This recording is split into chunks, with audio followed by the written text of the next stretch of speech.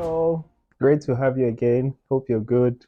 Hope work is going well, whether it's research, it's classes, or internship or job, whatever you're doing. Hope everything is well with you. Okay, happy to have you again. Today we'll be talking about job application. Yes, job application. Um, and the reason we're talking about the job application process is because I've been getting a lot of questions like, oh, how easy is it to get a job after school in the US? Can I get a job really? What are my chances? What do I have to do to get a job? What do I have to do to get a job that will file for me? Those kind of questions. So we'll be giving some tips in the hope that those can answer some of the questions. All right. So let me start by saying that we are sort of at a disadvantage. Um, and I have to be careful here. We are not disadvantaged though, in Jesus' name. Um, but I'm saying this on the secular, on the natural side of things. Okay. By God's grace, we get God on our side, so that's a lot of advantage. But we are coming in not as permanent residents or as citizens, right? You're coming in as internationals. So what that means is a company would have to file for you at some point, to continue to retain you. For them to continue to have you, they will have to file for your papers at some point. So many companies don't want to do that. So that streamlines the number of companies that are willing to accept you sometimes. Um, but that should not scare you. So that being said, we need to do a thorough job. Okay. If citizens are applying for 5 jobs, you cannot apply for five. You will apply for 50. If they apply for 50, you probably apply for 200. That's the truth. Um, However, there is one area though that we might have an advantage over them, which is that we are more flexible to locations in the US.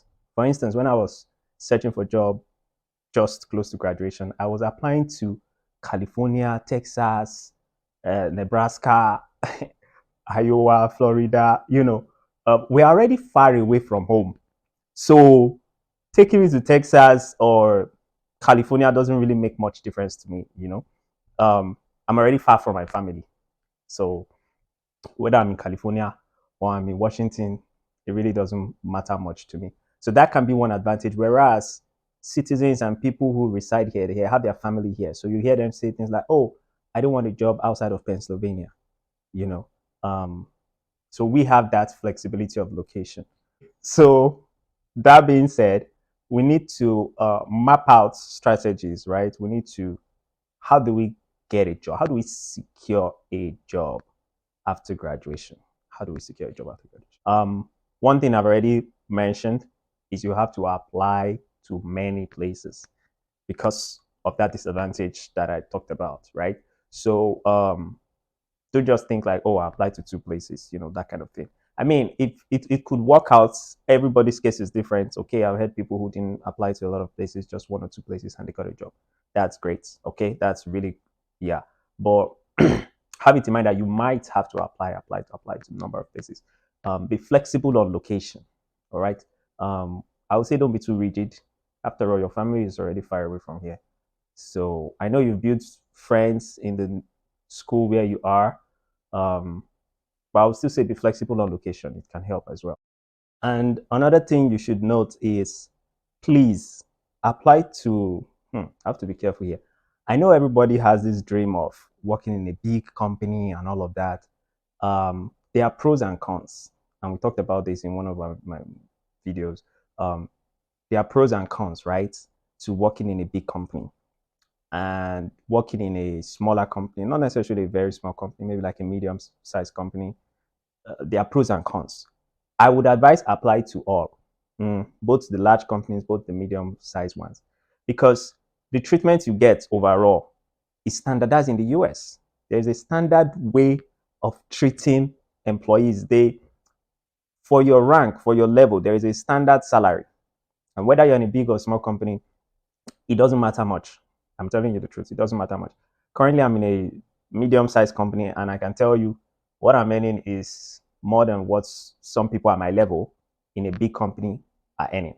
Yeah, and my own company just small, like, it doesn't have a big name and all of that. But it's not by that, right? It's not. It's negotiation in the US is a different ball game entirely. Someone can be in a small company earning more than you is in a big company. So don't shy away from those medium-sized companies and say, oh, this name is not very popular. It doesn't matter. Apply to all of them.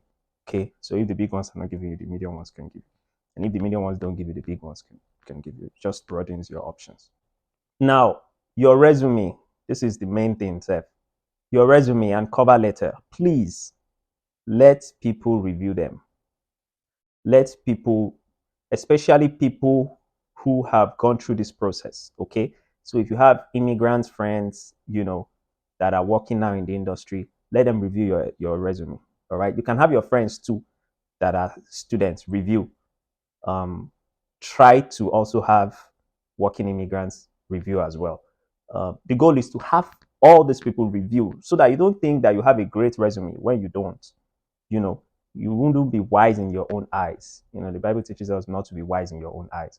So you don't want to be wise in your own eyes. You want to have people review this thing for you. This is very critical. Otherwise, you would think that, I've applied to many places, whereas it's trash applications. So the secret here is quality, repeated quality applications. All right, repeated quality applications, and don't worry, the time come, interviews start coming in.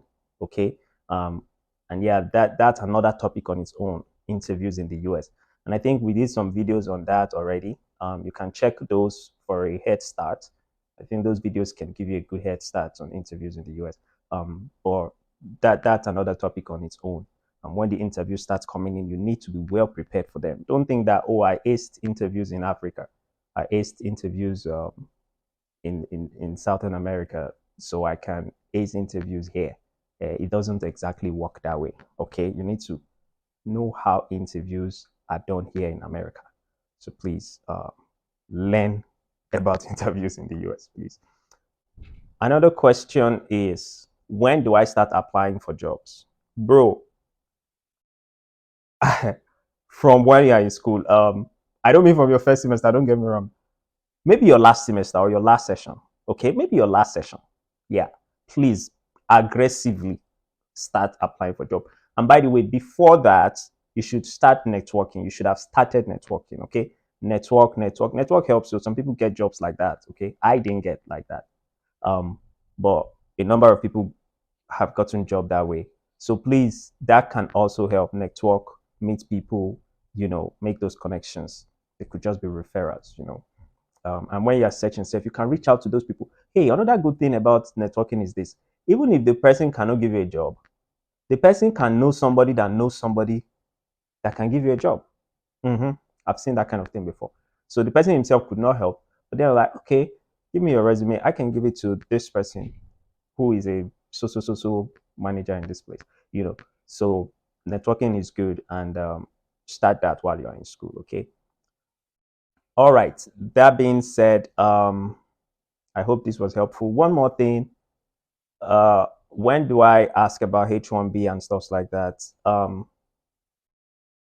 You want to bring that up maybe when the company is about to hire you, something like that.